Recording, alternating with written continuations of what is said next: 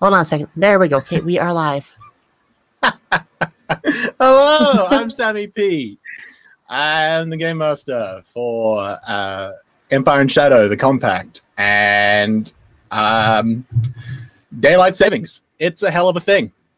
I recommend not doing it, not even once. Given that most of us, most of us are in Australia and aren't currently dealing with that, so we were all very surprised this morning. But that is okay. I want to just quickly notice. I just noticed as we were coming on, Ruin 1975 has just subscribed with Twitch Prime. Thank you very much. That's awesome. Hooray! Yay. Thank you. No, computer's being weird now. But like, if you are watching on Twitch, thank you very much. Thank you for bearing with us with the sudden changings of time. So we are. I mean, we're not starting late for any of us, but for other people, yeah, yes, we are starting late, and we will end up doing a shorter game, which can't be helped, and will. But it was a lot of fun, a lot of new discoveries this morning. But if you're watching this on YouTube, just so you know that you can watch this show live every Saturday at 5 p.m. Eastern Standard Time. And this is episode 10, which I didn't really sink in until just now. We've gotten to that double digits, which is kind of awesome. Woo. So we're going to just really quickly just whip round so everyone can introduce ourselves, and then we will jump into the game. So Zane, how have you been? How's your week? I am Zane C. Weber. I am overworked. I'm underpaid. I am happy to be escaping into a world of fantasy this Sunday morning / Saturday evening, wherever you are. Hallelujah. Jamie, how are you doing? I'm all right. Due to an incident between me and my kitchen, there is the smell of burnt chocolate throughout my apartment at the moment. And when I say at the moment, I mean for like the last 12 and a half hours. So, you know, that's cool. Normally like kind of okay with chocolate as a smell, but right now kind of over it. Yeah. Yeah. Too much of a good thing. Mm-hmm. Normally next would be Ree, but she had a bit of had some stuff come up, so we're very fortunate that we have Charlotte, who you might recognize if you watched the Symbaroum game, or there was another one which I specifically asked about and have now completely forgotten, but there was another game. So there's a couple of games on Counter Roleplay. You may have seen Charlotte before, but how are you going today? I am doing pretty well. Kind of excited to be here as the replacement redhead, the token redhead of the group, especially on St. Patrick's Day for you folks today, right? So, oh yeah, oh god, yeah. I was smart and I wore green, and then I remembered that. Oh shit, I got a green screen behind me, so that is not getting turned on right now. Must be a floating head. So,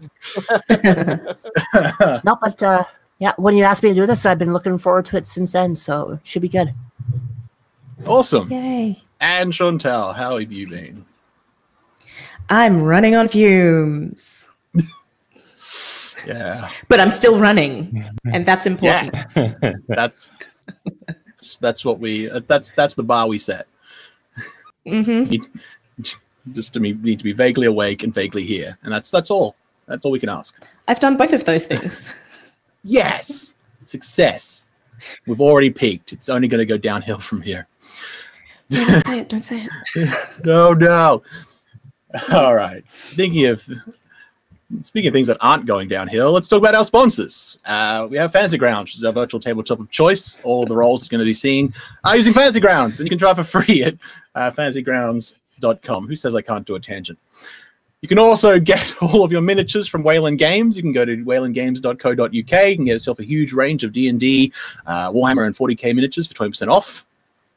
And this week, you can also check out our sponsor, Tabletop Loot, who sell incredible dice. And if we can get 20 retweets of our going live tweet, we're going to give away a set of dice to chat. So if you type in next tweet, it will give you a link to that tweet so you can retweet for yourself.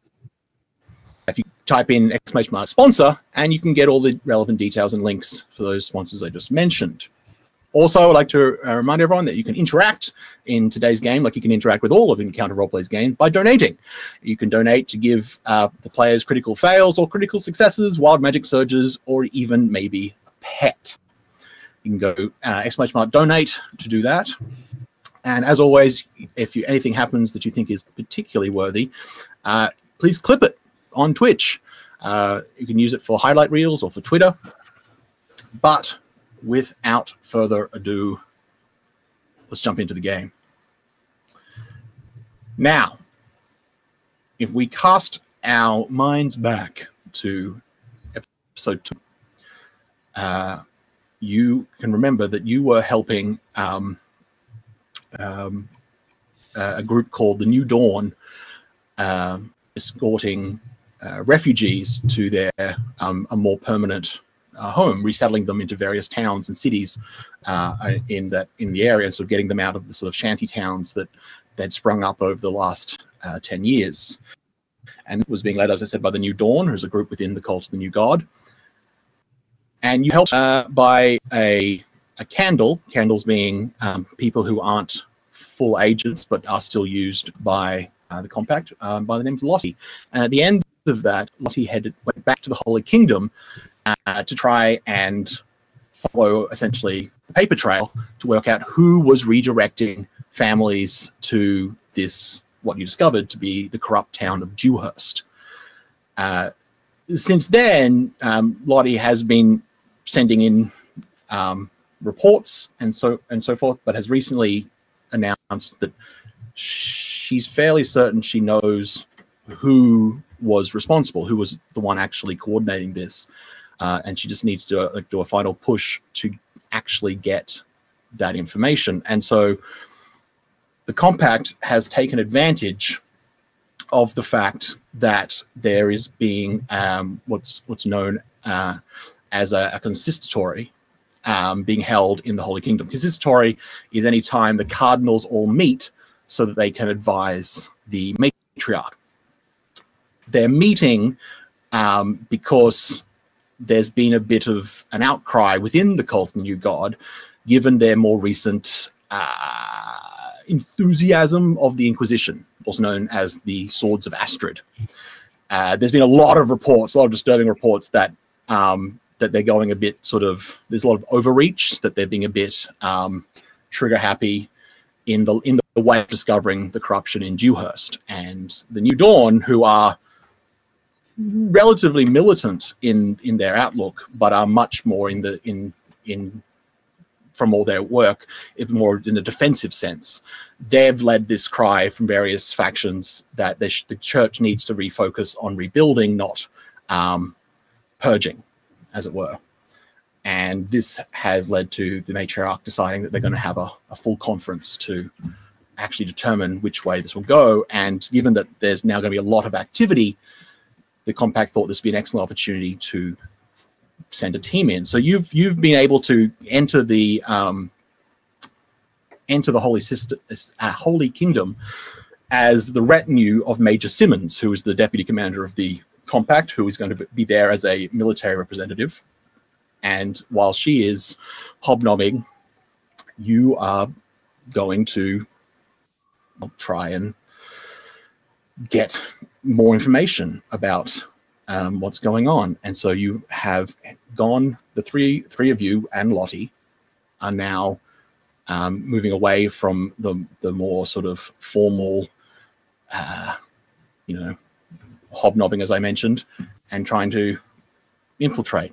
And that's where we meet you. We meet you as you've just entered into this area to try and have a better look around. And so we're going to quickly whip around. And again, to everyone, who are we playing today? Zane, which agent are you? I am playing Henri. He was a rather unwilling, I guess you would say, agent. But now he is a bit more trained and ready to find out who is doing these bad things, these very bad things to these people. Excellent. Jamie?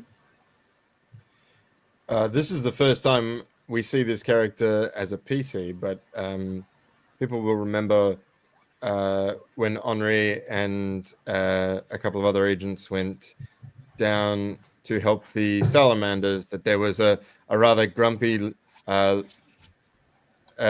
salamander named Barul, who has since joined the compact, and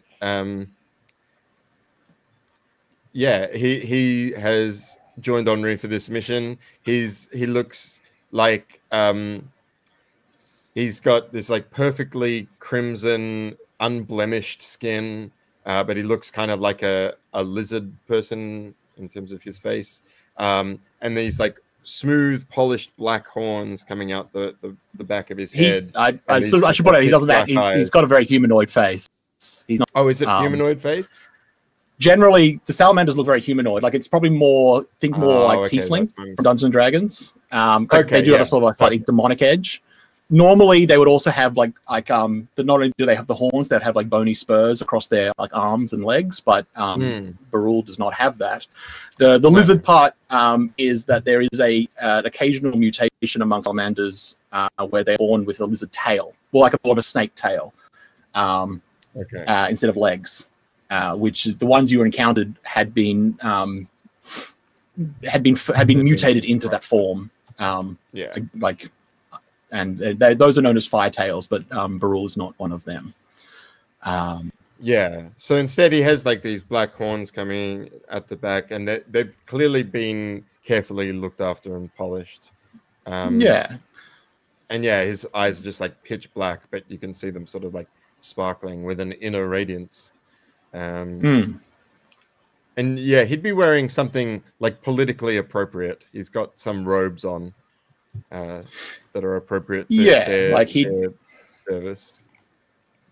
He is actually quite canny when it comes to this kind of thing. He was very much born and raised into that kind of role at his home and what his previous job was. So he's actually pretty at home here. Charlotte, who are you playing? Today I am going to be playing Lottie, who is a halfling. Not sure how much you go into description-wise normally for characters and whatnot, being that this is the first few minutes I'm looking at her. If you were to see her, you would see nothing spectacular about her.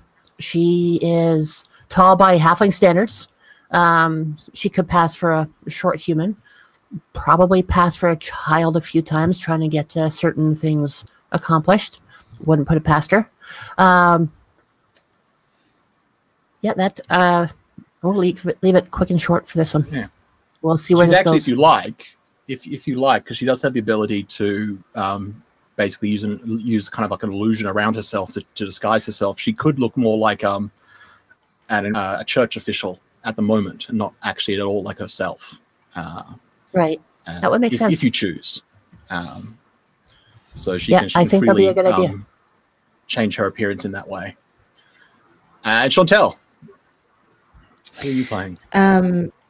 We're meeting or re-meeting Aurora today, and she is currently admiring Barul's horns that have been wonderfully shined, and she has her own beautifully large ram horns that are glittering, but she doesn't need to shine hers. They're just naturally luminescent. On their own. And I think because if I remember, it was Henry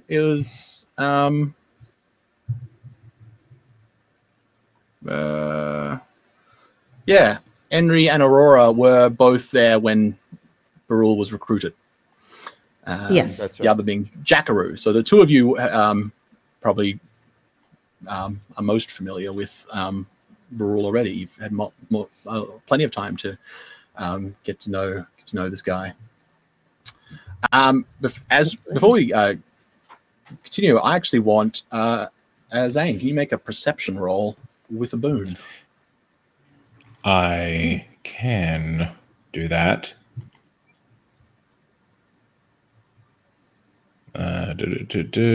Perception is 1. Perception's will, yes? Or intellect? Intellect. I don't think Henry has any extra bonuses. Yeah, just intellect. Yes.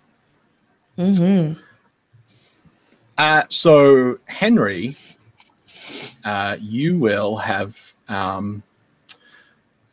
You've already spent a little bit of time here, and there was a bit of socializing that you've managed to sort of. You've been doing, but you have noticed while you've been here a woman that you recognize. You recall back when on Henry's first mission there was this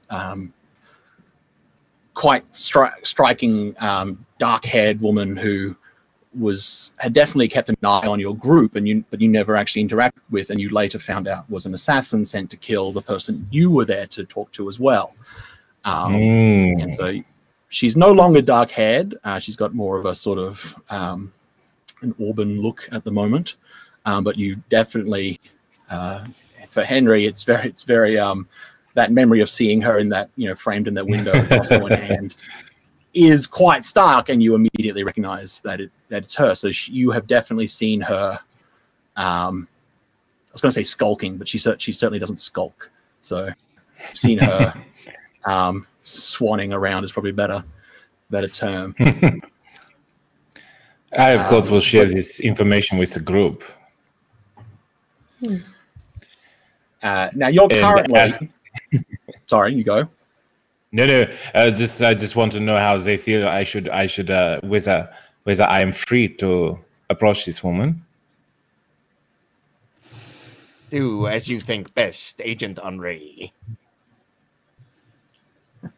Do as you wish. If you wish well. for me to immolate her in flames, just say the word. Oh, it's better than I could have dreamed. You don't see her at the moment.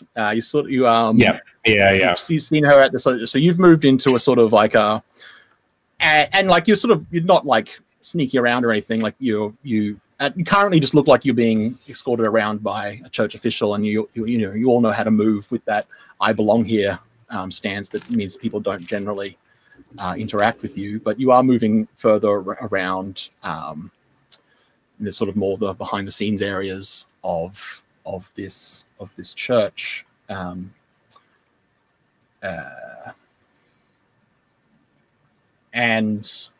so that you can see various other officials there around. You've probably noticed a few. There's Templars all around. In particular, these are the what are known as what's the word? I think they're the Black Templars is what they're known as. The Templars, specifically, the Order of the Templars look after holy sites, and generally you'd have one Templar per holy site. But for the capital, for the main cathedral, the Black Templars are the elite within the Templars, and there's never less than 100 positioned around. So you've seen them in there. They stand out. They're all wearing pitch black plate armor with these huge almost glossy white shields with the symbol of the Ouroboros, and within the Ouroboros is the symbol of the seven spires. Each spire is representative of each of the 7 holy orders, of whom all of the 7 cardinals are meeting. They are meeting today to just have this discussion, but you've been going around. So you see all of you've noticed other people. You probably also recognized people that you've seen before or at least you've had described. I can't remember if any of you are actually on Lottie would know. So Lottie's definitely seen people from the New Dawn that you recognize from when you were working with them earlier, particularly some of their leadership positions as well. But you are trying to get more information on a bishop named Holger Eriksson, who was a bishop within the Swords of Astrid, or the Inquisition. So that's the one that Lottie, from the information he has, that you want to know more about. So how would you like to proceed? Where would ideally be the... Go ahead. So what is the relationship between the Compact and the Assassins Guild, the Black, whatever they're called?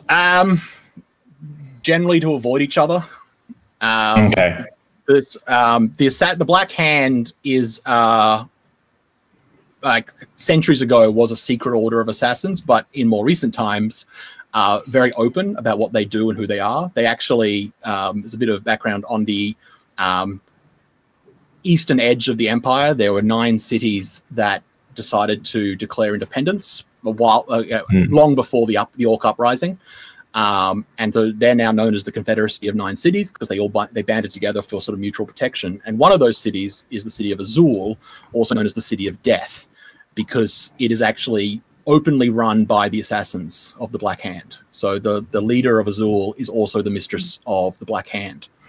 There definitely is times when they butt heads. Obviously, when in your interaction, like you were both after the same person, you weren't necessarily going to try and kill this person, but clearly the Black Hand did and was ultimately successful. So that's the kind of like occasionally it's like if you're after the same person, that can be a bit of a that's the conflict. But there's not like the Black Hand isn't doing anything like that's threatening. They're not actively a threat to the Empire, so the Compact doesn't care.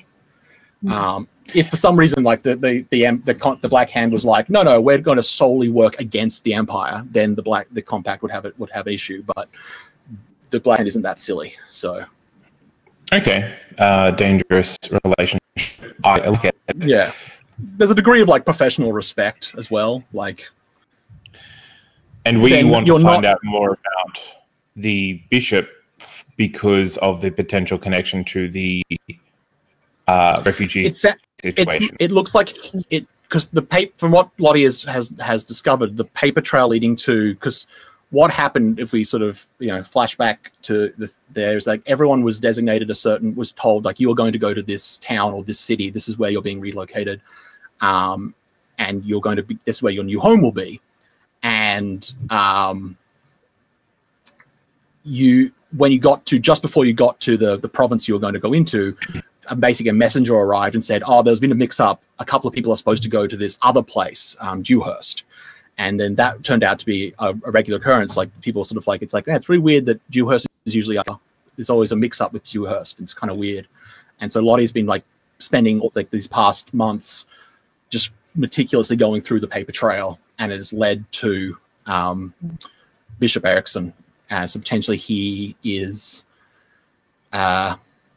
Was the one orchestrating that, if not the next step into finding out who that person was. But it's a bit trickier to get to someone who is as high placed as he is. So Lottie was like, I'm gonna need help on this one. Which is why you're here. So it would be assumed that Lottie would have told everybody, like got them all cut up to where she's at now and what her goal is, correct? Yes. I mean, you've been progressively sending reports back to the Compact, so everyone's been updated and informed with what's going on. And obviously on the way here, there was a lot of briefing. Slightly more tense, I guess, that you're traveling with the deputy commander, which hasn't happened before. So she can be a bit imposing, but you've been sort of like the plan is basically she's going to be sitting there talking and making sure there's a lot of attention on her while you guys can just sort of flitter away and do whatever needs to be done. And your instruction is to like if it does, you've been given a kind of like a very open order. It's like if you find out that it is this guy, it's like kind of on your discretion how to handle this. Like generally the Compact there's a big difference between the Compact and the Black Hand. The Compact doesn't like actually killing people. It's much more useful to them to bring people back into the fold of the Empire. But at the same time, like you have one warning, and also if it looks like that one warning isn't going to be useful anyway, then it's, you know, if you decide it's actually going to be, it's not, this guy's too far gone, we need to, he's more dangerous alive than then you can start, you take him out. You're right. So we're not more of a strike first, ask questions later kind of organization. You're more of that sort of like, I guess I think of this because I was literally just watching, I think it was like Nostalgia Critic just did a thing, but do you remember at the end of of X-Men 2 when they all appear in front of the president and they're like, hey, maybe don't be a dick about this. And it's kind of threatening, but at the same time they're like, we're on your side, don't make us not on your side. That's the kind of conversation. We're on your side for now. Yeah. It's like, we're on your side so long as you keep being on our side. And if you're not on our side, like, it's the kind of thing like the Compact won't try and doesn't like killing, but when they do, they're like, no, we're in now. So like at that point, they're probably even a little bit more brutal than the Black Hand. The Black Hand just wants them dead, but the Compact wants there to be a message. So like, you know, it's the kind of thing where it's like, you know, if a general has been informing sending information to the enemies and then kept doing that after being warned, then maybe he's found his tongue torn out in the middle of a ditch somewhere, and it's like, you know, the Compact wants them to know. But you have been given, because they're not entirely sure what the situation is, if he's the ringleader or maybe he's just a pawn, but they're like, you're the boots on the ground. You have say. Because it's like, it's getting to the point where, particularly in the current situation that the Compact is in, it's like we don't have time to deliberate. So you have been trusted. You are all full agents. You are trusted to make this decision. Okay, so up to this point, we go ahead. Well, Steve, I will watch this assassin and see what she has to say for herself. Yeah, so you keep an eye out to make sure that she's not going to get into each other's way or, you know, be a problem. What were you saying, Charlotte? I honestly can't remember. That's right. I apologize. Perhaps, Lottie, you can introduce me to this Bishop Erickson, and I will see what I can glean. I believe that might be something that we can do. Yeah, I'm going to try and find. Go. I'd like to tag along with that, but I would like to spend some time speaking with the bishop's aide, as they would have one probably. Sure. So you can definitely, Lottie, you've been here for a while, so you can definitely know your way around. So it's not difficult for you to sort of get into a position where you can maybe find this bishop. Now, this particular bishop's role, he's probably not. He's definitely more sort of organizational than, like, he's not out meeting guests or something. So he probably acts almost like an aide to the cardinal then. So he's actually doing a lot of work because there's a lot of like behind the scenes stuff, all the pomp and ceremony he's not being involved in. So you can find him, and when you see him, and he's definitely in conversation with a group of what are clearly inquisitors. Inquisitors are quite easy to they're pinpoint. They wear the black robes of the church, but they also have like skull masks.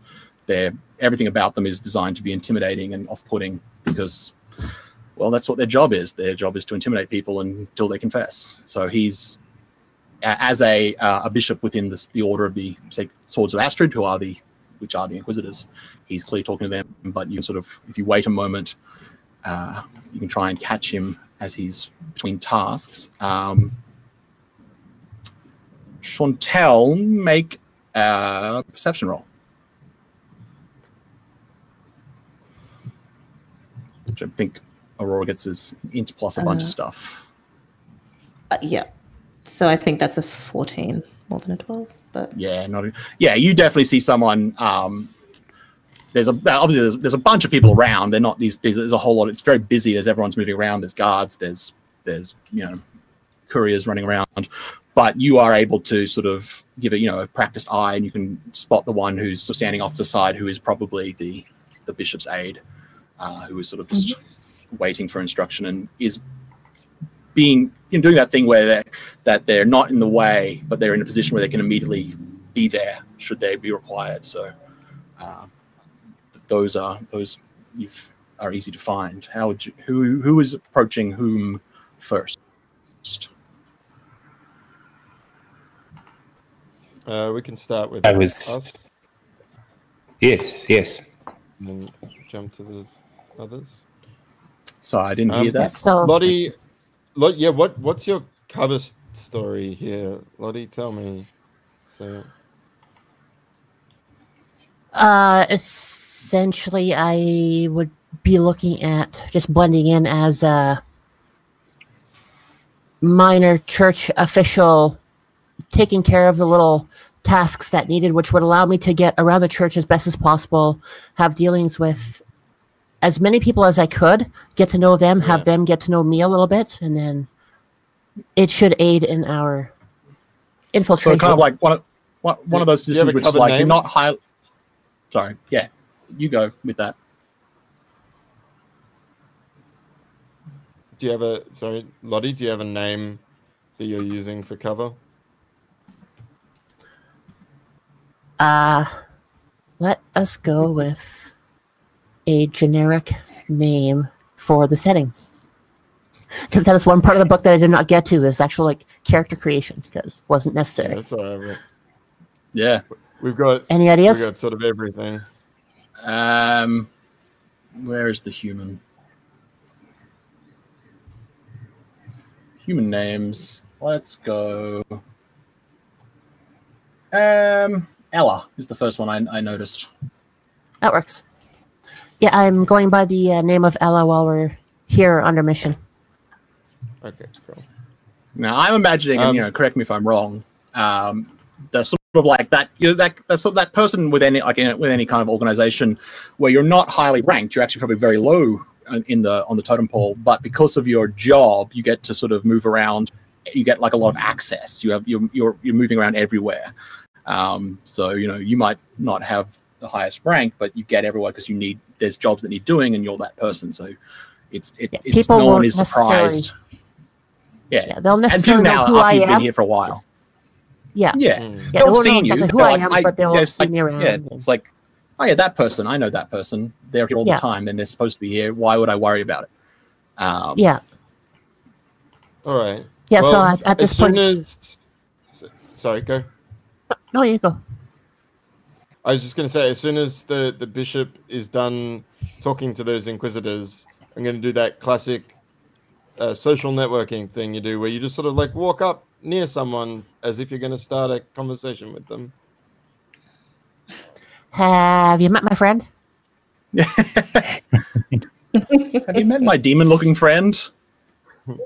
Am I able to nab the bishop between discussions? Yeah, like Brule is a bit gruff, and he's a bit startling looking, but like I said, he's a practiced politician, so he does this easily. Bishop Erickson. Efficient Ella here has told me of your fine work with the refugee situation, and I thought I would introduce myself. He's sort of a bit taken aback when he sees you, and he's like, but he sort of recovers quite well. He's like, well, yes, thank you. It was a tricky job, multiple people involved, wasn't just me, but important work. Not generally something I'm responsible for in my field, but it admittedly was nice to help the faithful rather than to punish the heretic for once. Of course. I am Perul du Ignes, and just like does some sort of official bow or handshake or whatever's appropriate. Yeah, he responds. I have come here as representative of my people. And I want to like look over at the Inquisitors who are walking away, and I said, "Rather imposing company, Yuki." Well, there are many enemies of the faith. One must battle them with the weapons one has. Fear is one of those weapons.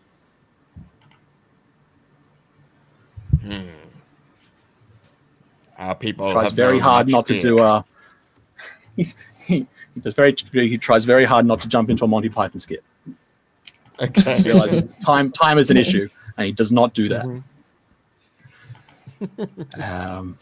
But I don't. Well, I haven't met any of your people before. I have heard of the salamanders, correct? But never had the pleasure of actually meeting one. So it is a unique honor to meet you, good sir. I basically want to now bog him down in like inane questions about all of his duties as like a clerk, like all the sort of paperwork he deals with. This is the kind of thing I don't know anything about, but my character would. So I'm not sure what the best way. You just want to. So are you trying to just like tie him up, or are you trying to like get a certain bit of information? A bit of both. I think I want this conversation to last for as long as possible by asking as many questions about like weird details as possible, but it's mostly to obscure the lead, where I'm just trying to pick up on anything sus in the way he talks about the New Dawn operation.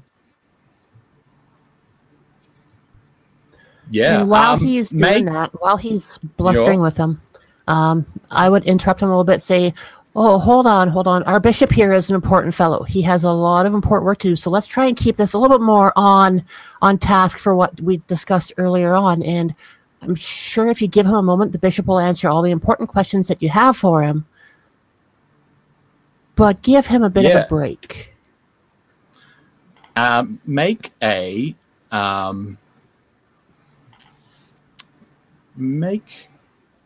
You know what? I think this is going to be, you're between the two of you.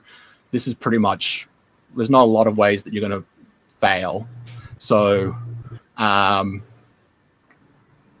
yeah, that's just sort of like you can. That is quite successful. You are very much able to manipulate him in this way, and you are just deftly able to handle him in this situation, particularly bouncing between the two of you. So what was there any sort of piece of information you'd want? How long did you want to hold him up for? Yeah, I think Barul's instinct was to wrap him up as much as possible, but I will follow Lottie's lead. I was making a little bit of a break there to be able to kiss his ass a little bit to make him a little bit more at ease with your interrogation. Yeah, I'm actually, it's that sort of thing where it's like, you're saying that, and he's like, yeah, sure, but it's that thing where it's like, you say goodbye, but then you're still talking half an hour later. So you can kind of keep him in this conversation for as long as you want. And if there's a bit of like, you want him to sort of like, if there's information that you would want, and you can basically sort of like direct the conversation in ways that you can piece together the answer. So if there's sort of, what would you like to know from this guy? Like, he's not just going to incriminate himself, but if there's like further information, I want to find out whether he mentions anyone else involved in the administration, like in the duties that he does in terms of like administering that. I want to see if there's any other names that he happens to mention. He is like, he tries to downplay it, but he is very kind of, there's a lot of pride in the fact that he was the person on point. It was him. He was the, and like, he's a bit dismissive of particularly of like the New Dawn. He's like, oh, they're getting a lot of credit for this, but I was the one. I organized. I did a lot of all the actual like administration that needed to be done to make this happen. That was all me. I did it. He's taking basically all the credit for it. There was no one above him. He was the thing. And so, and he's almost kind of like, I don't think anyone's like, he's taking the opportunity to sort of revel in that fact. I don't think he's had that chance before. That's all right. And he's almost a little bitter about the New Dawn, which is definitely coming across because they've sort of progressed leaps and bounds partly because of this. And now that he's very dismissive of the fact that they're in this position where they can challenge his order.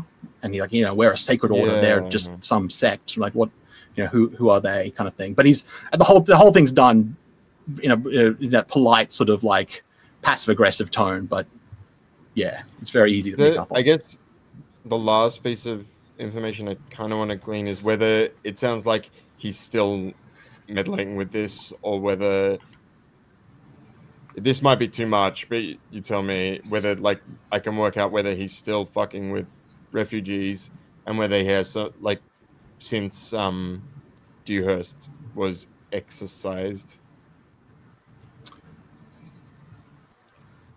No, in fact, when he talks about that, he almost like gleams a little bit.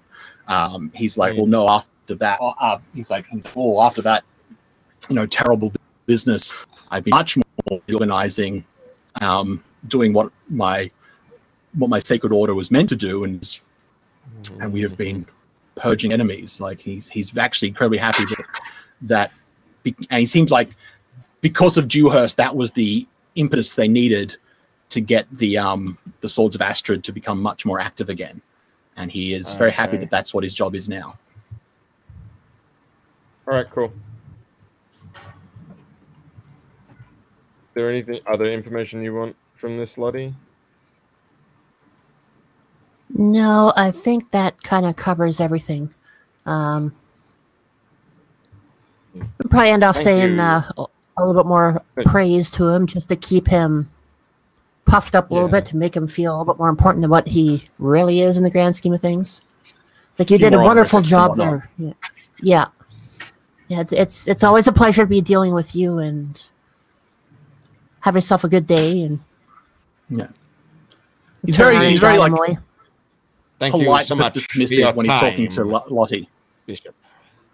And he certainly never uses your cover name. Like he probably doesn't actually know it. But I don't think most people would.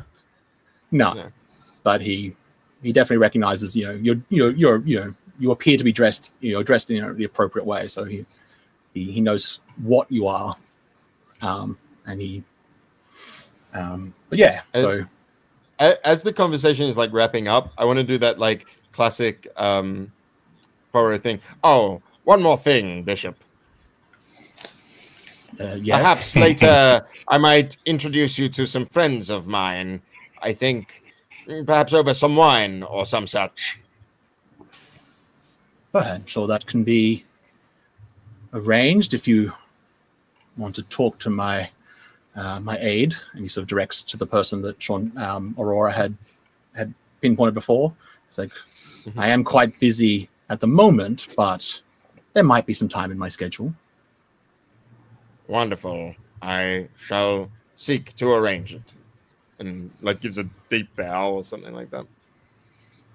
Now, speaking of Aurora, while this is happening, what were you doing or were you doing anything at all with this aid?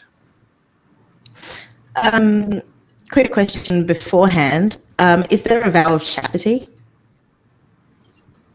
I don't think so. There might be there. So it's some of the between the different orders. There can be quite a difference in like what parts of the belief that they sort of focus on. So I don't believe there would be within the Swords of Astrid, but say like I don't know, the Poor Brethren might, the Peaceful Sisters might, some of the other sacred orders, but I don't think the Swords of Astrid have that. And I don't think it's like a general, as a general rule, like even as the people who aren't within the sacred orders, I don't think that's a there's they're probably like a lot more in that case they're probably a lot more liberal than like churches are in our world. Like it's not really against any like the four truths or anything like that. So okay, in that case, I am going to. Is there a nice surface to lean against that's near the aid? Of course there is. Yeah. I will find a surface and I will lean with impunity. Can we just take a moment to notice that, like, I think I've mentioned before that one of my favorite things about Aurora is that when you wrote under build, you just put sultry. But you're also like quite short, so that's like this 4 foot fawn with glowing horns is just sort of like seductively draped herself against a wall next to this guy, and he's just sort of like has to sort of glance down, and it's almost like a visible gulp and like the bead of sweat. It's just like that moment of like, particularly as Orn, actually. I shall allow my bosom to heave. Yeah. There's a sort of particularly given that he's probably like got a good like foot and a half above you, so it's just sort of like it's not difficult when he has to look down and it's just like so he's already on the back foot. I will just say it's been a difficult day, hasn't it? Well, yes, there's lots to do. The consistory is always busy. I'm getting all the cardinals. It all sort of the work kind of trickles down a bit, I guess. Yeah, the bishop must keep you very busy. Well, he is an important man. He works with the cardinal. You see, it's busy. And by association, you must be very busy as well. Yes, I have. I track all of the bishop's paperwork and correspondence, and I keep his schedule and his planner. And yes. My goodness. I have a history of massage. Everything sort of just tenses a little bit. Like, okay. I can see that you must be very tense and you must have a lot to do. What has the bishop been keeping you busy with for you to look so tense? Well, the swords of Astra, our sacred order is currently very busy. There's a lot of darkness in the world, and it is our sacred duty to find it and get rid of it in whatever means is possible. A very noble cause. And are you the only aid? Are you the only help that he has? I'm his. I'm the personal assistant, but obviously everyone in the order works to help. We all are. We serve at the cardinal's whim, and we need to do our job. But I'm the one who works directly with Bishop Erickson. I'll lean in a little bit and say, you must know so much. Well, I've been privy to, I guess, things normally that would be above my rank. I've been blessed by the new god for my service. It's actively not looking at you. He's just that sort of like staring just straight ahead, just being like, "Yep." He's kind of glistening with the sweat at this point. I will gently lay a hand on his arm and say, I love a secret. Oh, okay. I do as well. You tell me one, I'll tell you one. Make a will roll with, I think, like 2 boons. No, 3 boons. This guy's out of his depth.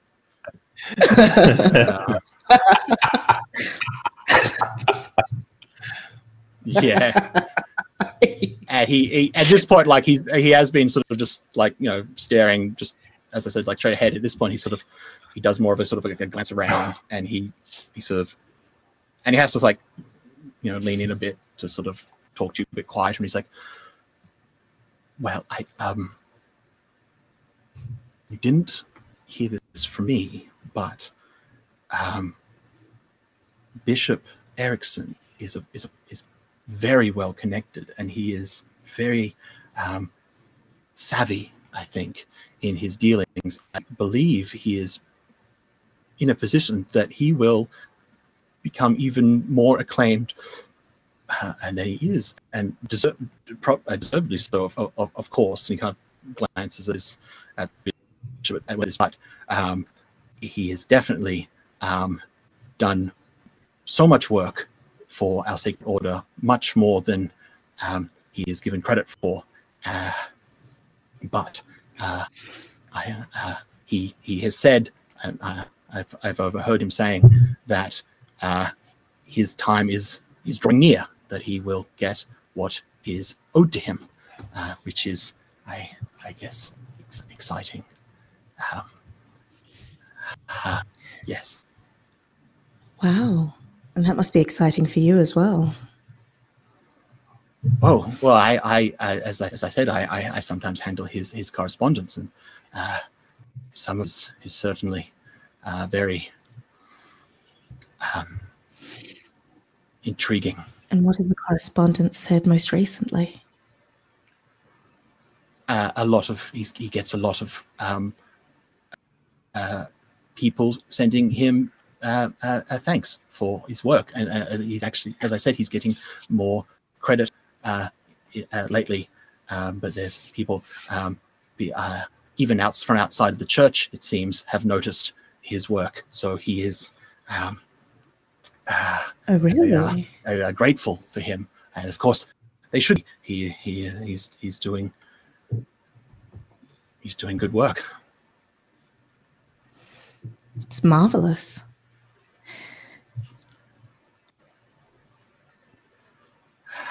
Who outside the church is so enamored with him?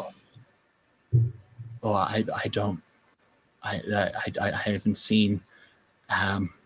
Some of the letters aren't. There's no. They're anonymous, I guess. People.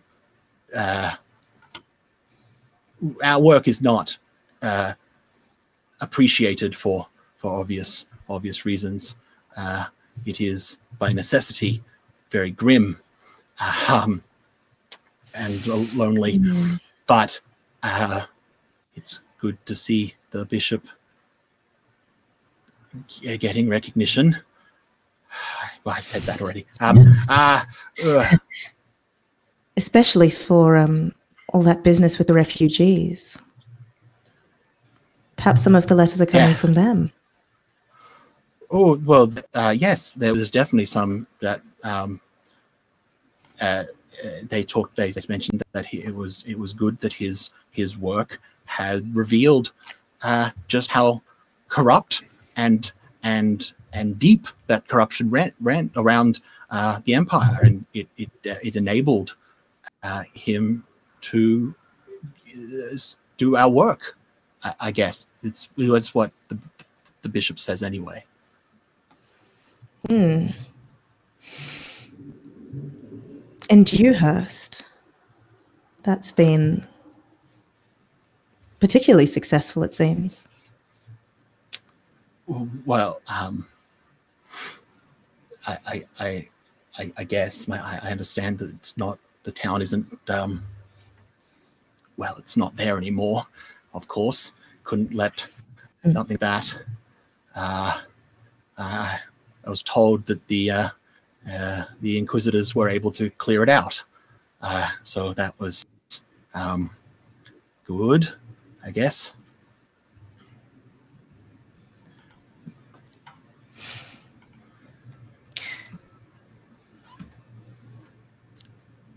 Do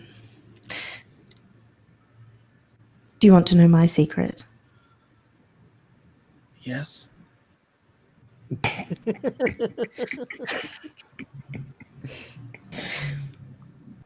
Question to DM. Are we staying there overnight? Or are we leaving? It's sort of, there's going to be a number of people who can be here. The consistory probably going to take a couple of days. So some people are going to be here for the day. Some people are coming and going. Some people are staying. So you can have definitely arranged to stay, should you wish. Then I'll give him the location of my bedroom. Kind of just like doesn't respond. He kind of just like mouth sort of opens and closes. He's kind of, priest has crashed. Please reboot, kind of thing.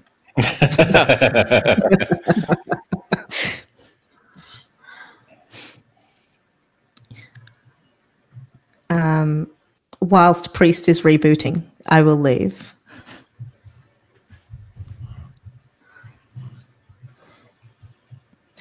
And And as she's out. walking off is like when Lottie and I approach him, and like he's in like this dazed state or whatever, as I just organized like a time to have the cardinal alone to have some drinks with me as representative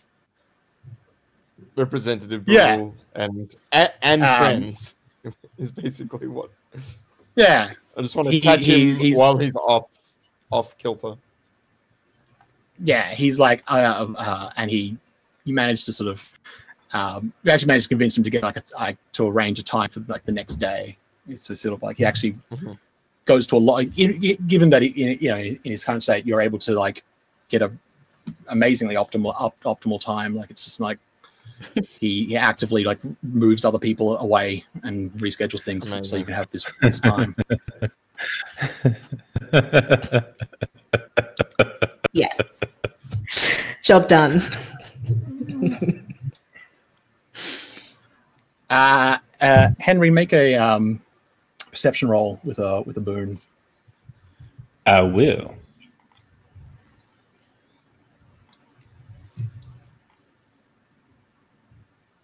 Yeah. You see the woman looking it down from like a balcony. It's like, more like a walkway, I guess.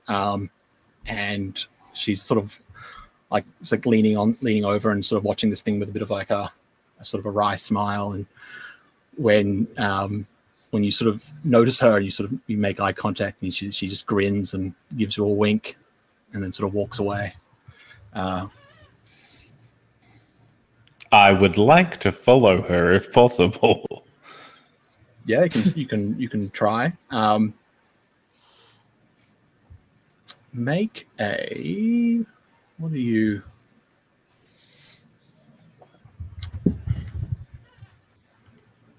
Make human. No, I'm looking at your professions. Is what I was. Oh right. Make an intelligence roll again. Yeah. So with Henry's experience as you have been a guide, you've been a hunter, and all sorts of things, but you also know about more nobility and stuff. So you've gotten yourself pretty acquainted with the building already in your time that you've spent here. So you are able to, you can sort of quickly do that. It's like, I need to get to there. The quickest way for me to get to there is, and you sort of just like beeline. If you just like leave, I don't know if anyone else is going to follow you, but if you just leave now, you could probably try and like cut her off at the pass. I think that's my plan, because I got permission before she appeared to follow her up. So I think he will just go straight for it. So this is probably while as Lottie and were approaching the aid, Henry just books it. Not like a dead sprint, but like he's sort of like that sort of like I am an important person and I have important places to go and get out of my way. And so you just boom, and you sort of you just like go this way and go up these stairs and go around here, and she should be, if she's going this way, I can get, and you sort of like working all the things in your head, and you just basically. And I would like to take leaf out of Aurora's book and just like in the process of cutting her off, just be leaning against a wall somewhere, just waiting for her. Yeah. Henry, also quite an attractive person. She is definitely an accomplished seduction artist on screen. Yes. Yeah. was definitely very good at seduction, as it turned out. Much to like Henry's surprise as much as anyone else's. Yeah. It's just like, this is okay. She is kind of like almost like taken aback when she sees this, and then she smiles and she's like, well, you are full of surprises. I do like that in a man. I'll give her a wink. And she says, I do try to keep interesting people in mind, and it's interesting. Well, it's fun that we run into each other again. Hopefully we're not going to, cross paths like before. You did make my job a little trickier. What is your job this time? Perhaps I will stay out of your way. Do I need to summon the Undertaker? Oh, not right now. We've got time to talk. But where are my manners? And she sort of holds out her hand with the express inclination that she expects you to kiss it, essentially. Like, is there any sort of poison or like hidden weapon? She's currently wearing like this sort of very, very beautiful like ball gown almost, though with a bit of, so as you sort of have a chance to look at it closer, it is clearly there's a lot of like, in the same way that the compact, when you are in like full dress military uniform, it's still armor. Like it's a lot of the same features. And so it's designed more to look like a expensive ball gown while still being able to. And is she wearing gloves? No, she's not. So she doesn't have like a long sleeve or anything. Like she's actually probably sleeveless. And so she clearly doesn't have like a hidden blade or something like that. So and right. at this moment, and she take and kiss her hand. Yeah, and she sort of notices that sort of hesitation, and she grins, and she's like, oh no, honey, I don't just kill people randomly. I have no reason to want you dead, but we should introduce ourselves, I guess. It depends on how you know me, I guess. Professionally, people like to refer to me as the Deathly Rose. It's a bit ostentatious, but in my line of work, it helps to be a bit ostentatious. But people who know me call me Callista Ray. So that's what you might use, I guess. But what might I call you? You may call me by my name, Henri. Henri. What a wonderful name. Do you have Tell a me- particular interest in any of the gathered, I guess, holy men? Well, I'm led to believe that at least one of them has been very naughty. I don't know. And she sort of looks at you and he's like, what do you know of the Bishop Holger Eriksson? I know that we are here to... I'm here to talk to... Perhaps he has been naughty, and perhaps I know that... I want to know exactly how naughty he has been. She sort of does almost the theatrical sigh. It's like, must we always meet in this way? How about this? Instead of working against each other like last time, where I had to suddenly improvise, and I do hate improvising. How about we help each other? You need to find out if he's naughty, and I would assume if you find out that he is, then you don't so much worry what happens to him. Correct? More or less, yes. Well, then I guess if I help you learn this, you won't mind what I do. And we can be of mutual benefit to each other. That is the best kind of benefit, no? Where you both get what you want? Oh, but I want so many things. Well, let's Tell me what... Let's see about this one, and then we'll deal with the others. Tell me, what would you need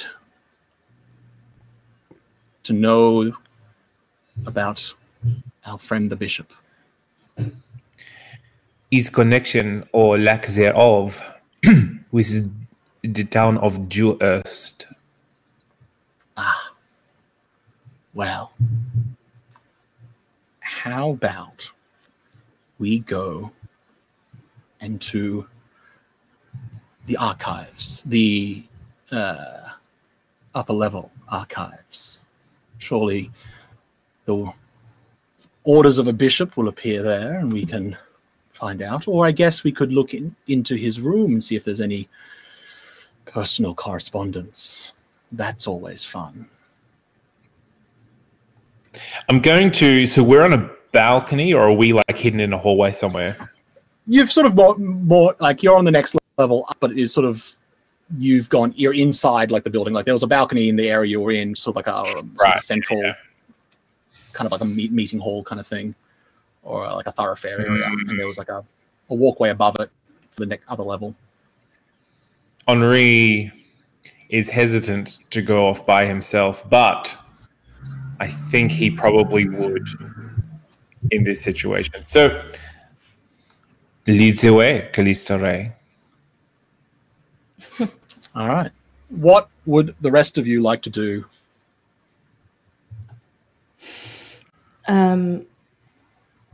Once we've parted from the aid, I will share that the information that I got, and probably look for Henri.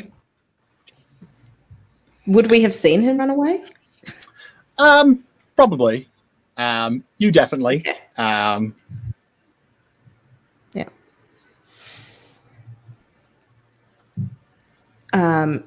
In that case, I'm going to keep my distance, but just try to keep tabs on where he's gone. Yeah, well, he left the area you're in, so you sort of fairly quickly would lose track of him, but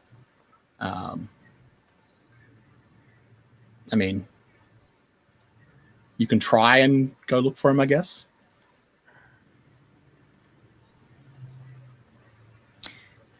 I won't do that, but I'm just going to be aware of how long he's gone for. Sure. And if he doesn't come back, then I will go look for him. Yeah.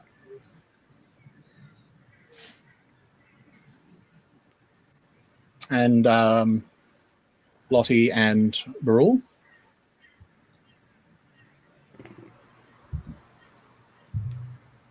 I'm almost thinking at this point, since we've talked to everybody that we needed to talk to, kind of make our way, well, at least make my way back into the general mill and see what's going on, see if there's anything that can be heard. We've got no major plans now until the meeting that's been arranged till later, correct? Not if you don't want to have some.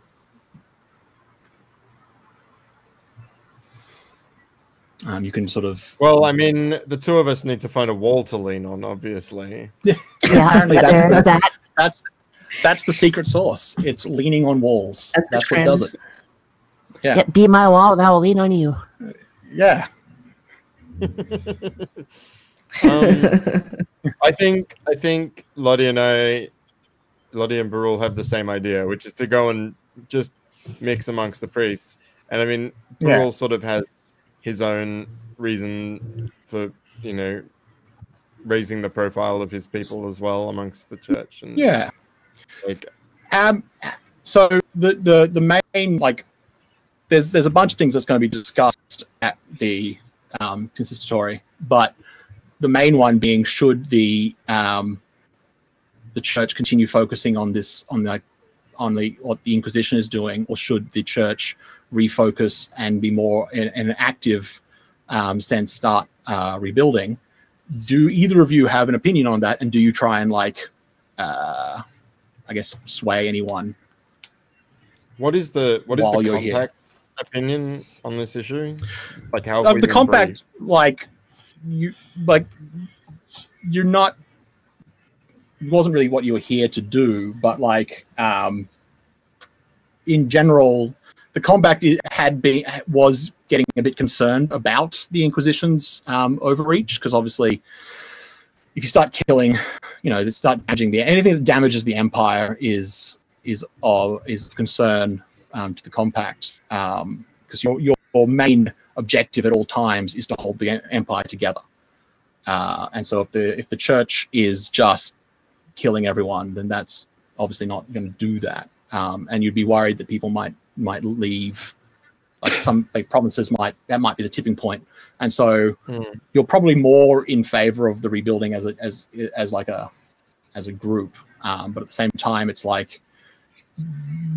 generally, they don't actively try and involve themselves in church politics, because the church can be a bit of can sort of not like that if it can go badly. But you can try and sort of see where try and influence people and see where the wind is blowing, I guess.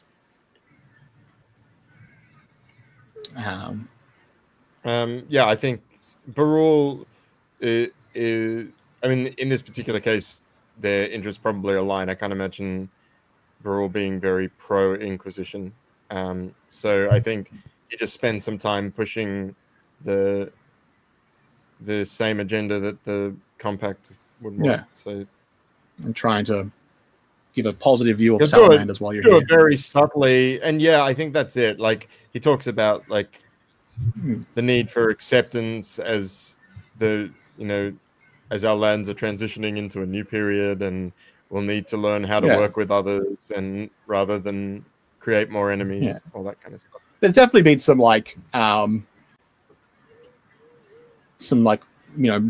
less than great history between the salamanders and the Empire. Salamanders traditionally were the warriors of the genies. Their job was to, unlike the other three elementals, the salamanders were there mainly for protection, particularly against the Fae and against trolls and against demons. And so they can be, well, I think there's fiery people. Because after the events down in our last issue with the salamanders, I think they're trying to find a new place for themselves in the wider world. Because but The last Yeah, time so there's they definitely took a genie god, it got corrupted and chained up and then exploded. yeah, there's definitely like the very first encounter was violent, but in there's been efforts in since. But at the same time, like for most people, like elementals are just a story. They probably most people here probably have never met a salamander, so. You have that opportunity to, for a lot of people, it's like you actually get to be the first impression. But Aurora, are you going with them, or are you sort of going to try and do something else? Yeah, I will go with them for now, but I'm still keeping tabs on how long Henri's gone. Okay. So speaking of, If it's more than 10 minutes, more than 15 minutes, I'm going to go hunting. yeah,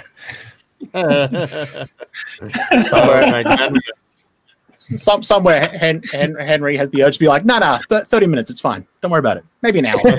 We're good. Oh, I'm just coming back. Yeah. Yeah. You find a door with a tie on it, and you're like, okay. It's fine. We're good. But you do find Henry and Callista. They have gone into what is the like the archives. They're sort of where there are that's what we call it these days. Templars sort of guarding, and Callista sort of is there with you, and she sort of leans and she's just like, "Why don't you follow my lead?" And she sort of leads, takes your hand, sort of maybe like hooks her arm and her elbow around yours, and is suddenly very very giggly, very almost drunken, and she stumbles towards the this thing, and she's like, and when she gets there, she just basically tries to just like walk past, and these guards stop her, and they're like, no, we can't. And then she sort of just is like, oh, we just need, and she sort of glances at Henry. She's like, just a bit of privacy, if you understand. Surely we can just head in here. And she's sort of giggling and sort of swaying a little bit. How do you act, Henry? I'm going to buy into it and try to seduce them, or hopefully make them so uncomfortable that they leave us alone.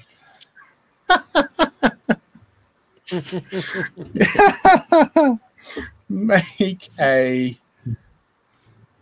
I don't know, make a will roll. But take 2 boons from a combination of your professions and Callista's sort of help. A will, did you say? Yeah. Yep. Yeah. She's not a private party, but she could join us. You are 2 very strapping gentlemen. The Templars are still trying to do this. Like, no, this you can't just, you can't. And then Callista sort of ends up whispering something in one of their ears, and they're just like, the guy's sort of just like, okay, 10 minutes, and I don't want to hear anything. And then they let you in. I don't want to hear anything. They both looked incredibly uncomfortable after you left. They was like, I'm not okay with anything that's happened. I need an adult. I need a different adult. Yeah, so you have 10 minutes with your free run of this archive. So if you want to try and find what you need, make yes. What to make? Make I will make something. intelligence roll.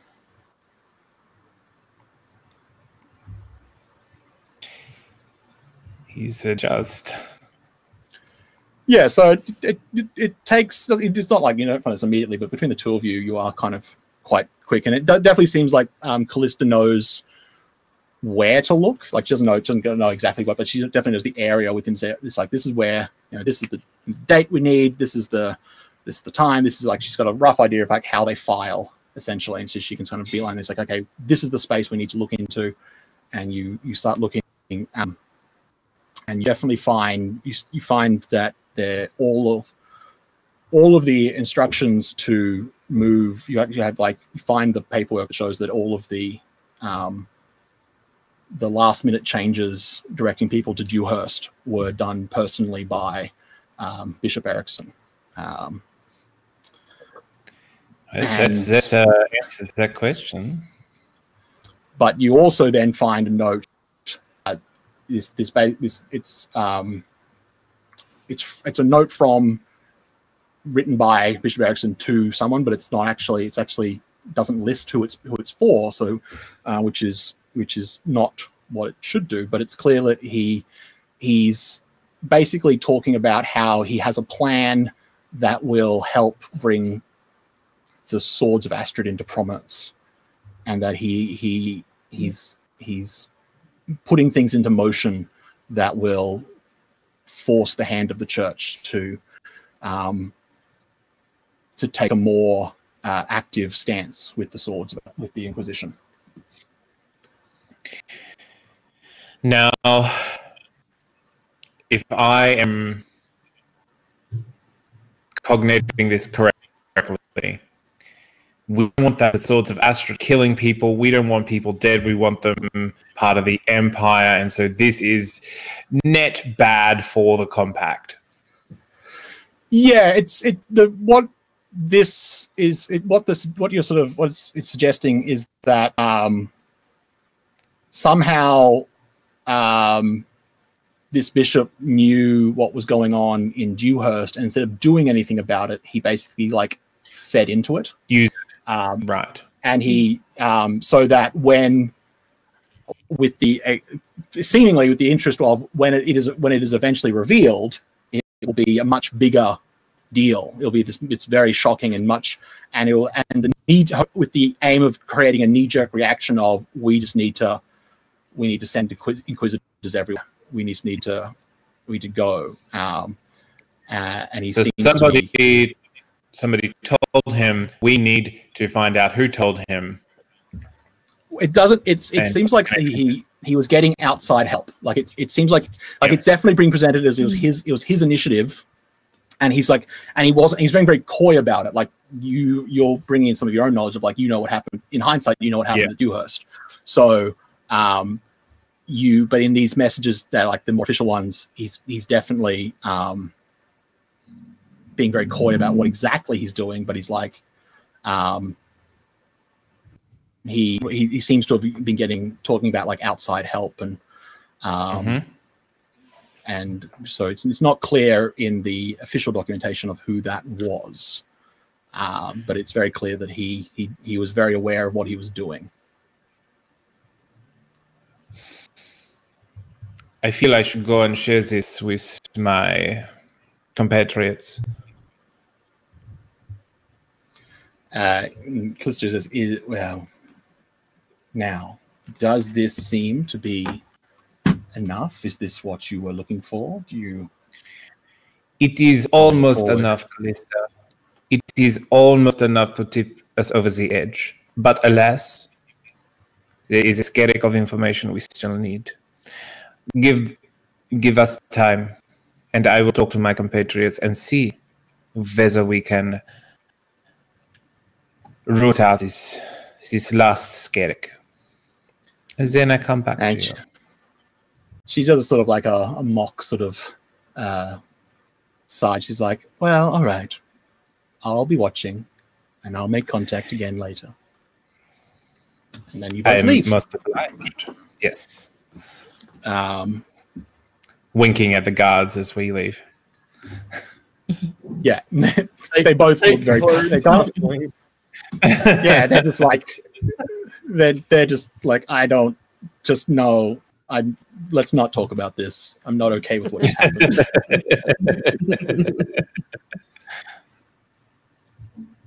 Yeah, so you are easily able to reunite with the other three, and inform them what you've discovered. Do any of you think I would suggest that perhaps we need to approach the bishop in a very direct manner and see how he responds?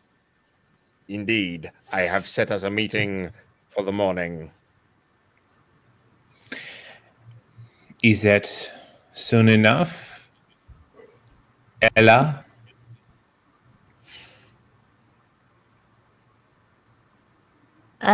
Yes, that should be good. I think everything that we've learned here, we have an idea of exactly what went down. I presume, Sam, that was the soonest we could get a meeting with him, because I would have pushed for this evening if it was possible. Yeah. The soonest, like even with the him being as helpful as possible, the soonest he was able to, and he, like I said, he bumped a bunch of people. So you've basically got kind of like a brunch meeting. Would we know where he stays? You would, yeah. I mean, we can always head there after dark and try and ply him with alcohol. I mean, we did mention wine or something at a passing. He will likely, because the reason he likely won't be, he's probably going to be just working throughout the night. Is the reason he couldn't get an earlier. He is quite busy with doing his own errands for the Cardinal of the Swords of Astrid. So with their meeting going will probably likely go late, is why you couldn't get a meeting earlier. You could certainly go to his quarters if you wanted to do that, but it's likely he'll actually be going to he probably won't have slept by the time he gets to you in the morning. He's just gonna power through. I would suggest waiting Tuesday morning, and the upside is that there is other people who are interested in the death of this man, and they wait for us to give them a nod. Then I think that will work out fine. Let's wait till the morning. We'll get a good rest ourselves and be ready to get at it. If we say no death, will they listen? That is something that may require on my own persuasive skills. And I wink at Aurora. If this man She smiles knowingly. leading refugees to their death, then he has earned it. I agree. That is not untrue. And we all nod at each other and go rest. And then we get a clockwise. Yeah. I mean, if the 8 turns up. Yeah, well, he does. He is very nervous. He's very nervous, but at the same time, adorable. Very nervous, but adorably earnest. I get slightly less rest than everyone else.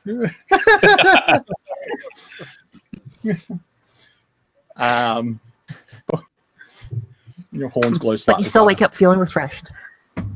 I still wake up feeling perfectly refreshed. Yeah. Because it's a fantasy game. Yeah, that's how that works. Because it's a fantasy game, and truly I'm a prostitute. So what are you going to do? Yeah, she knows what's what.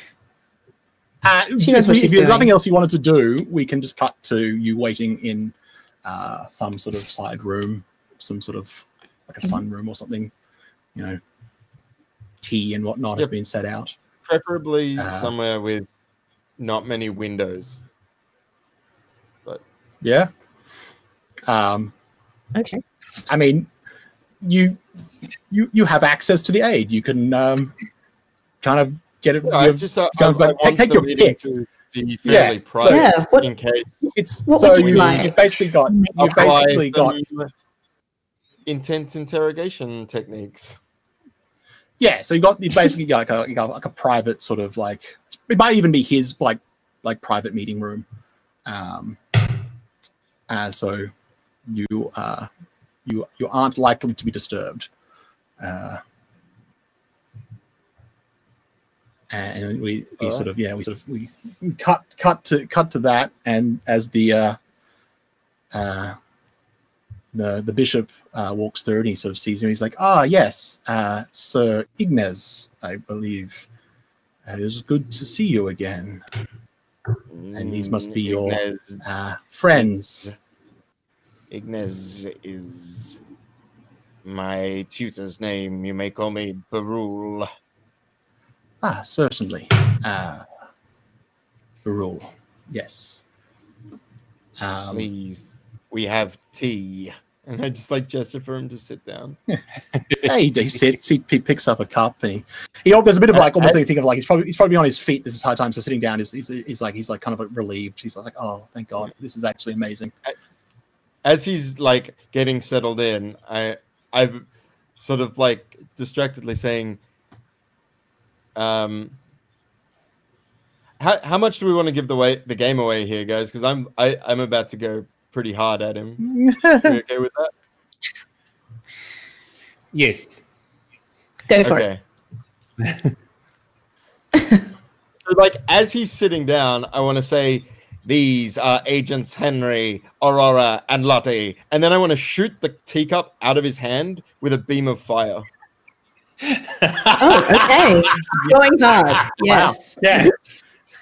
So he's sort of like mid like pour with like some sugar or something, and then the cup just kind of explodes, and he's just like, God, what? And he's just like, what is this? We know what you did. And yeah, I'll look at it. Yeah, the mention of Dewhurst, that as soon as you mentioned Dewhurst, kind of like because he's got that air of a that political, that sort of like, he meets people, he talks to people, he's got that sort of very friendly air, and that just goes away, and it's like that like sort of sudden reminder of like, oh yeah, this guy's a high ranking member of the Inquisition, and so he does sort of like that he suddenly has that edge to him again. He's like, and what have you heard? It is not what we have heard. Sorry, go. It is not what we have heard. We have read your correspondence. We know what you did. We know what you knew. We want to know why. Why what? Why did you do what you did? And who told you that the situation existed for you to take advantage of? The situation is that the Empire is corrupt to its very heart, to its very core. Yes, I was told that there existed corruption in Dewhurst, and I saw an opportunity because some people, softer people, they weren't ready to do what was needing to be done. You would have thought that once we had a matriarch from our own fold, that such things wouldn't be required, but they needed inspiration. They needed to know what was happening. And yes, lives were sacrificed, but a small number compared to the number we will save once we have burnt this corruption from our land, once the one true God is revered by all.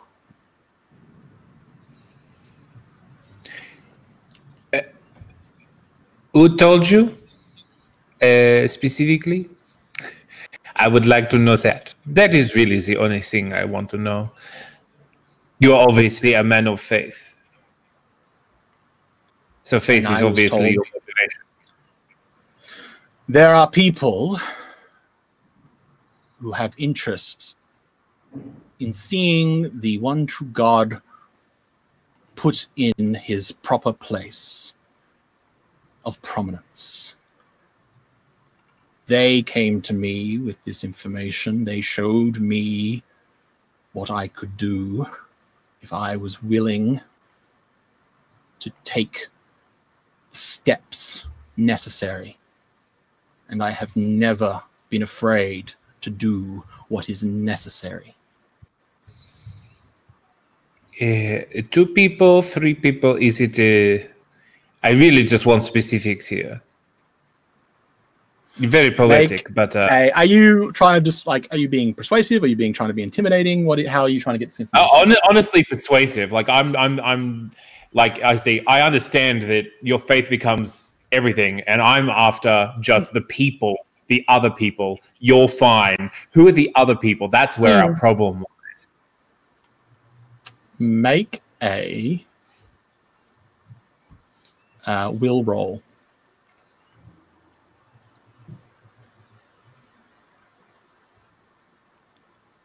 That didn't roll. All right. And he's like, they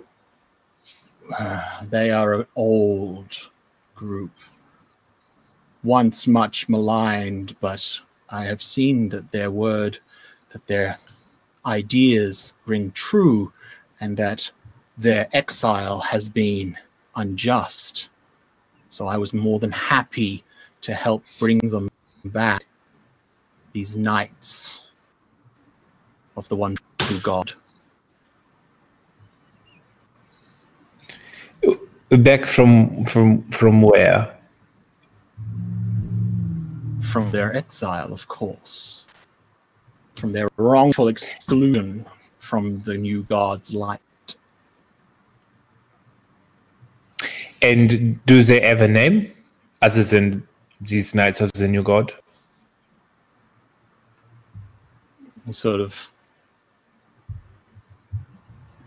That's who they are. It's what they are. And this is what they call themselves, not what you call them. Yes, obviously. Okay. Have we heard of any? I don't think any of you would have. No. Oh, Lottie, make a intelligence roll with a Bane.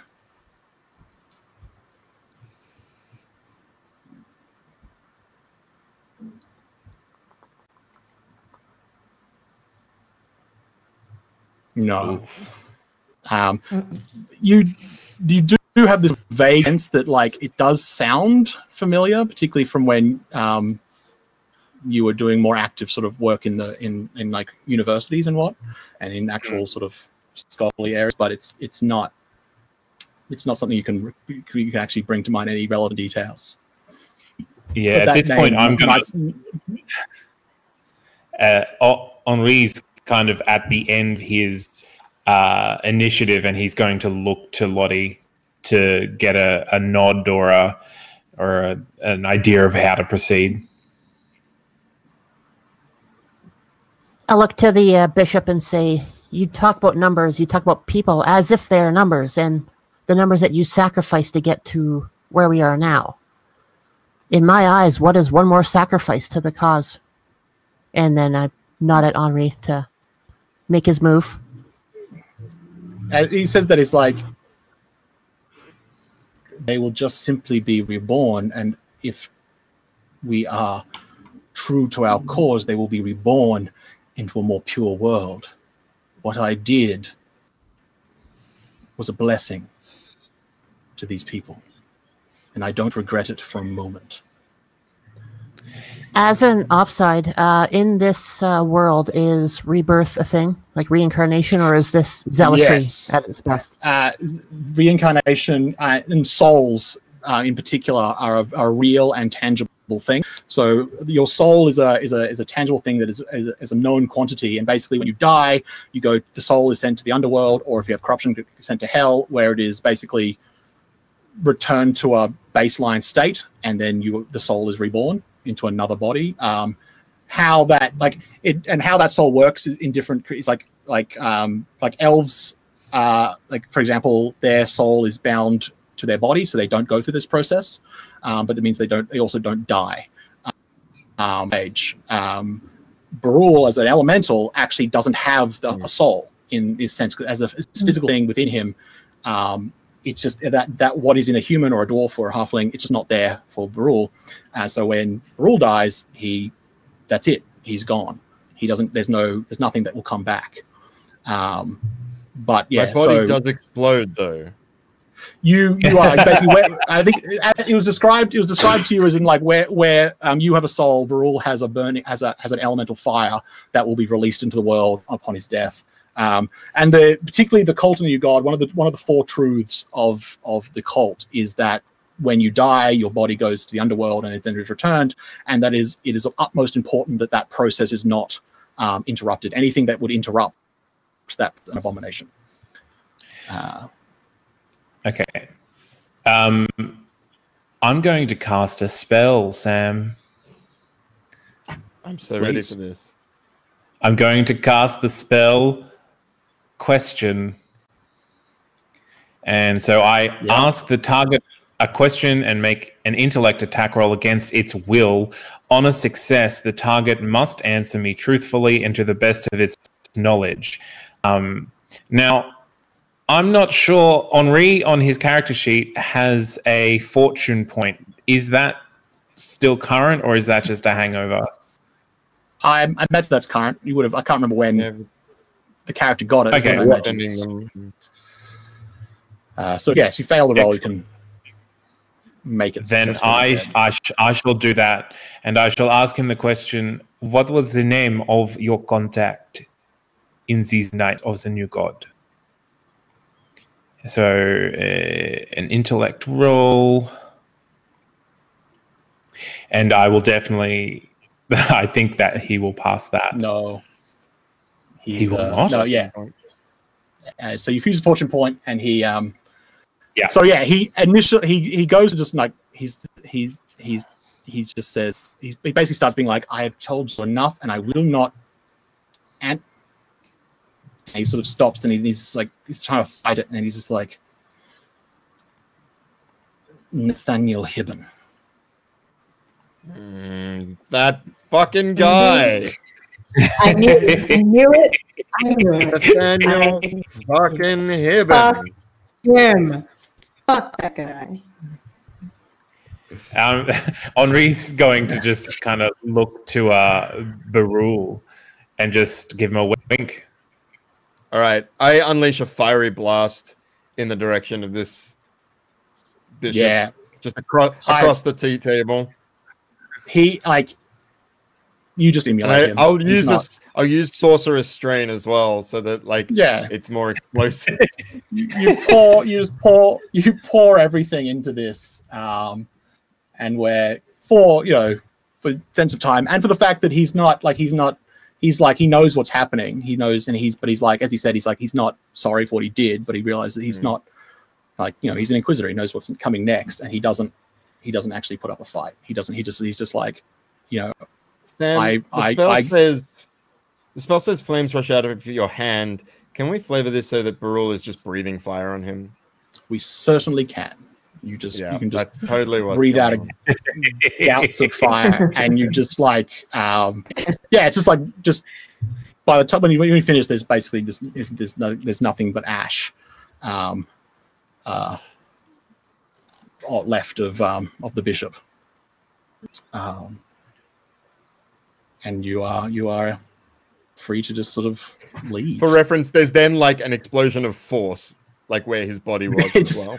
It's just then there's this pop of energy just comes out of Barul and sends everything scattered. The room's a mess as you leave. Let us hope that he comes back.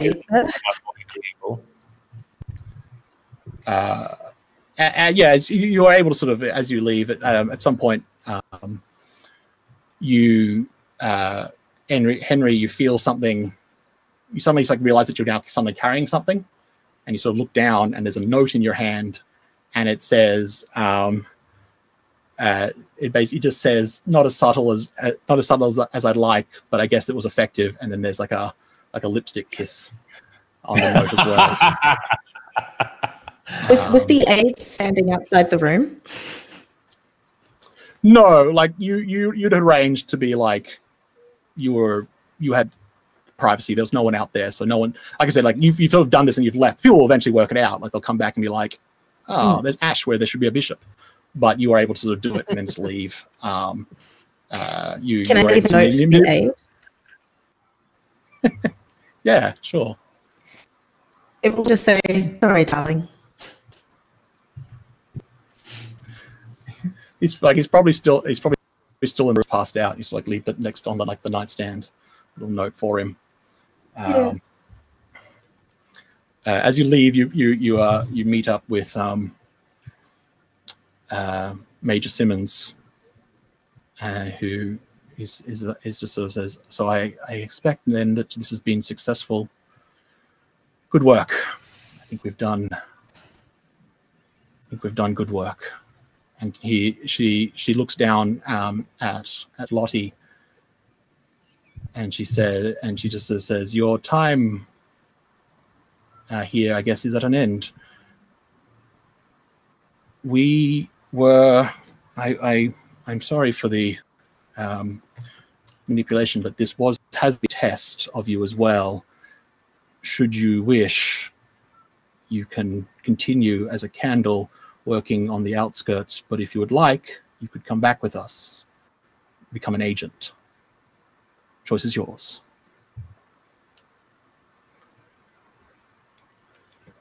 I think that would be desirable. Seeing the culmination of all the time that it's taken to get to this point and actually see out the end of this one path has been very satisfying. And I feel it is something that I could lend my skills to. So I would accept your offer. The Major nods, and then she looks and goes, and she just says, "I had concerns, but I'm very happy to see them all have been for nothing." That is good to know. And then you sort of make your way back to, you begin the journey back to Ballard and the headquarters of the Compact. As you travel, though, you do sort of the Major isn't being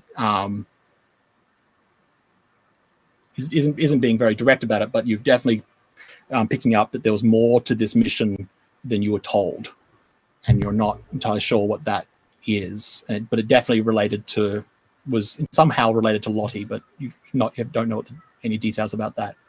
But when you return to the headquarters, you immediately see Berger, the commander of the Compact, and standing next to him are these two humanoid people, but their coloration is like, one is like deep purple skin, white and very white hair, and the other one has a more sort of like a pinkish hue, and they are both these very sort of very slight people. And Berger, when he sees the Major, is like, "Major, you need to hear this," and that's where we'll end the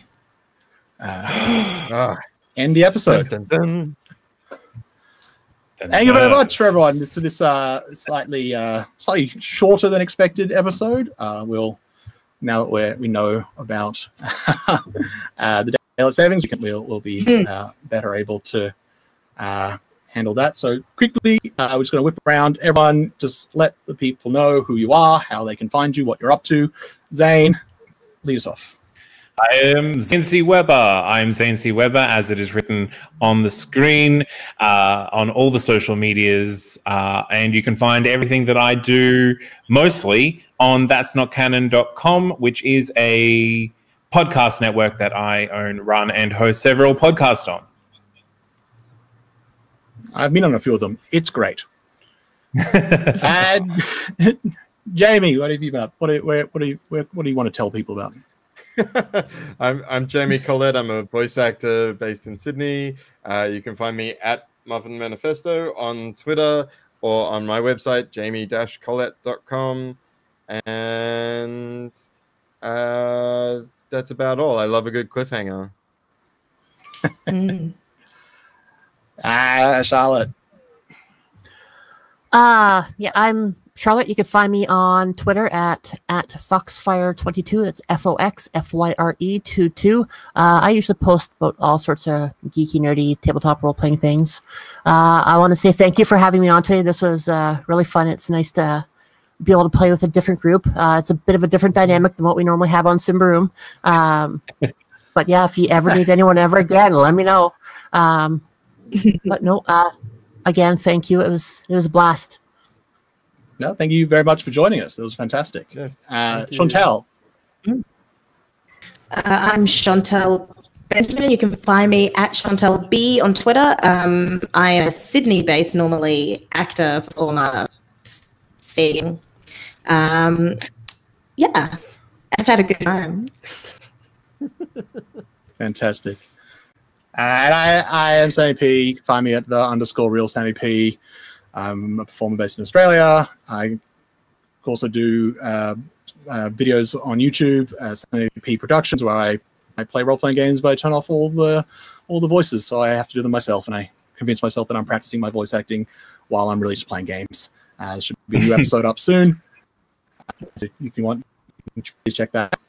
And as always, with a successful mission, I'm going to be putting up a poll on my Twitter with options for the next upgrade the Contact's headquarters will receive. And then whatever gets the most votes, that's the upgrade. That's the bonuses that everyone will get to. So that's up to the community's choice. So check that out. I'll put it up shortly after the video goes down. Otherwise, stay tuned. There's more content. There's more role-playing coming up on Encounter Roleplay. Please check out all of our sponsors. They're all fantastic. And until next week, have fun and play some games.